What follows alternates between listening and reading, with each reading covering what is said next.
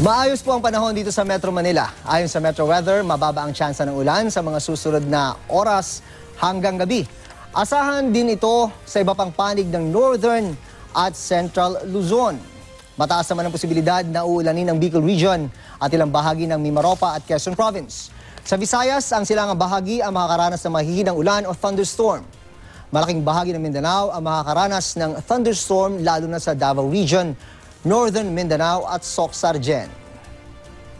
Mga kapuso, bukas ng gabi masasaksihan ang pambihirang phenomenon na supermoon. Nangyayari ito kapag new moon o full moon phase ang ating buwan habang nasa malapit itong posisyon sa kanyang orbit sa mundo. Kaya kung titingnan natin ang supermoon sa kalangitan, mistulang napakalaki ng buwan.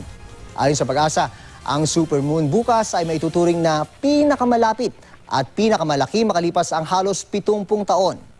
Mangyayari ito dakong alas 7:21 ng gabi. Mauulit lamang yan sa November 26 sa taon pang 2034.